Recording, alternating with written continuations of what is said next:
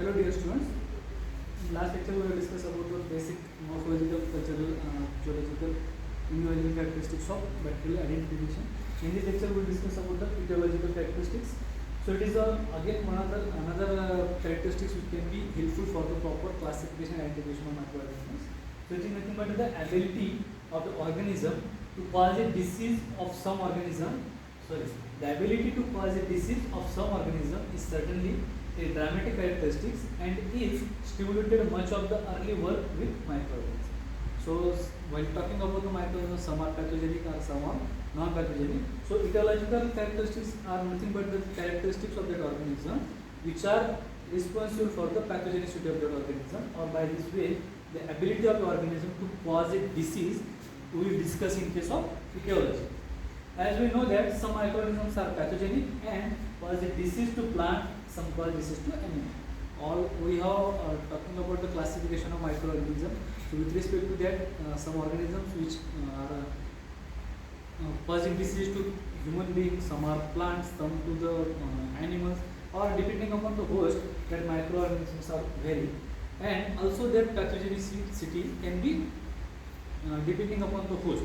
So with respect to that, or when we are talking about the etiological characteristics, so we have to discuss in this, or when we have to differentiate organism on the basis of the etiological characteristics, we have to discuss whether the particular organism is responsible or act as a pathogen for a particular host, what type of infection they cause to the particular host, what is the mode of entry of that organism, by which way they enter into the body of that host, what type of symptoms of that particular host body shows after the entry of that microorganisms, and what type of treatment or what types of tests we have to carry out to detect whether that symptoms or that disease is related to particular pathogens, and how to treat that particular disease we have to discuss by this characteristics.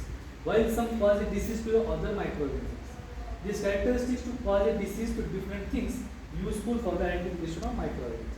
So depending upon the host, pathogenicity of microorganisms can be vary. So on what type of infection or what type of host we are discussing, with respect to the pathogen, we can distinguish that microorganisms on the basis of the etiological characteristics. So mode of entry, mode of treatment, mode of identification, or what type of how to cure that disease we can discuss in case of etiological characteristics. Now next point, that is composition of protein. It is again another important part. Depending upon that, we can differentiate microorganisms into different groups. So cell wall composition is the most important part, as every cell of organism, it has a cellular composition, that is either cell wall or cell membrane. So it is made up from the proteins. Some types of fatty acids or hydrophilic moieties are present on cell wall or cell membrane composition. When we discuss about the composition of cell wall, we will discuss thoroughly about that composition of cell wall. So in 1956, Cummins and Harris suggested that amino acid composition of cell wall will prove to be the important criteria of classification of bacteria. So when we are talking about the bacteria are classified on the basis of their cell wall composition with respect to the presence of peptidoglycan or protein layer. We will differentiate organisms into two main broad categories, that is gram positive and gram negative. So depending upon their composition of cell wall is more helpful for the classification of organism, or to distinguish with one another. The glycoprotein, that is nothing but a protein which contain glycan in their chain. So these are nothing but glycoprotein and heteropolysaccharides.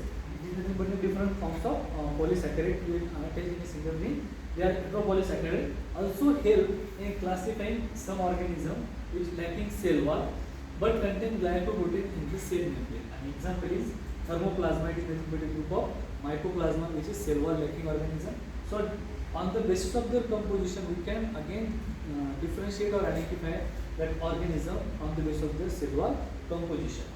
Amino acid sequence in various proteins. So normally we are talking about proteins are nothing but a long chain or polymers of amino acid, or amino acids forms a protein.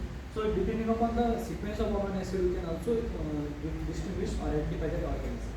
So the amino acid sequence decide the characteristics of features of proteins like the antigenicity. So which type of amino acid sequence is present on that basis, protein structure we can also determine with respect to their antigenicity. 2D electrophoresis and protein fingerprinting separate proteins. So by using that particular technique, that is 2D electrophoresis or protein fingerprinting, we can identify or differentiate the protein from one another, or by using that method we can also distinguish what type of amino acid sequence is present in that protein. So very closely related organism should have similar or identical kinds of cellular proteins. When we talk about the particular genus or species, so if they are closely related with one another, their cellular composition or cellular composition are more likely to be similar. But in case some sort of changes we have observed, in that case we can say their species or that genus is different with another, depending upon the differences what they express when we carry out that type of identification process. Apart from this, lipid and fatty acid composition and cytochrome composition also helpful for the identification of microorganisms. So also lipid bilayer is present in cell wall membrane or cell wall. So what type of fatty acid sequence or lipid present in that particular cell wall or cytochrome composition of that particular cell, we can use that particular information to distinguish that particular organism with one another, or depending upon the similarity, we can differentiate that organism with one another. If the organism shows about more than similarity index with another, we can say they are nothing but species of that particular same genus, or they are belong to the same species. If there is a differences are more different with composition of proteins or amino acids, we can say they are nothing but though they are bacteria, they belong to the different genus, and their structure on the basis of their structural composition or on the basis of their cell wall composition. So by using that composition of cell wall, we can differentiate organisms into different groups, or it can be helpful for the classification and identification of organisms. Next point, that is composition of nucleic acid, we will discuss in next lecture.